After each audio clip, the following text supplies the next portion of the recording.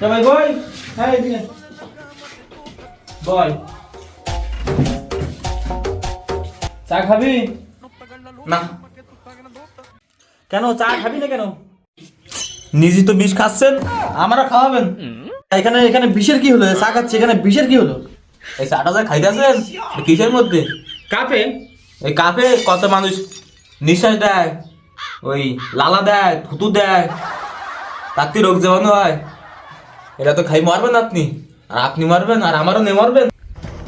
ভাইপো তোর আমি যে কন্তে ডেকে আনলাম আর তুই আমারে কি বলতেছি? এ সত্যি ঘটনা? এ দোকানদার ভাই, তুমি এ কি খাবাও? আবার তুমি এ কি খাবাও? হ্যাঁ দাদা চিনলেন না, তোমার প্রমাণ দিছি।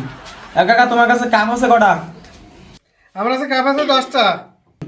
প্রতিদিন চা বেছো কটা? প্রতিদিন চা বিক্রি হয় 500 থেকে 600। প্রতিদিন তাহলে এই একটা কাপে 40টা থেকে 50টা চা বানায়, তাহলে 40 থেকে 50 জন মুখ লাগায়, তাহলে রোগ জীবাণু কমতে হয়। ভাইপো তুই যে কথা আমার বললি, তাহলে একটা কাপে মাসে হচ্ছে 3-5-1500 মাথা ঘুরিয়ে দিস তো।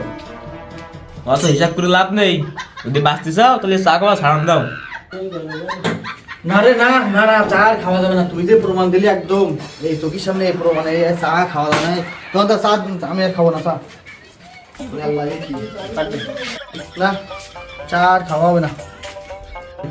আরে ভাই শোনেন, ভাই শোনেন, 4 টাকা দেবো কিনা? 4 টাকা দেবে কেটা? মানে আমি কি চা খাইছি?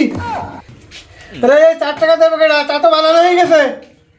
চা বানাইছেন ঠিক আছে, চা খালাম না, ছলাম না, আপনার চা আপনার ফেরত দিলাম।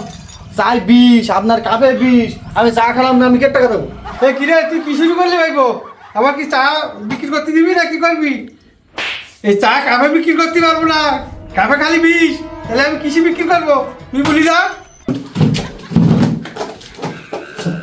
দেখেন যেটা ভালো মনে করবেন।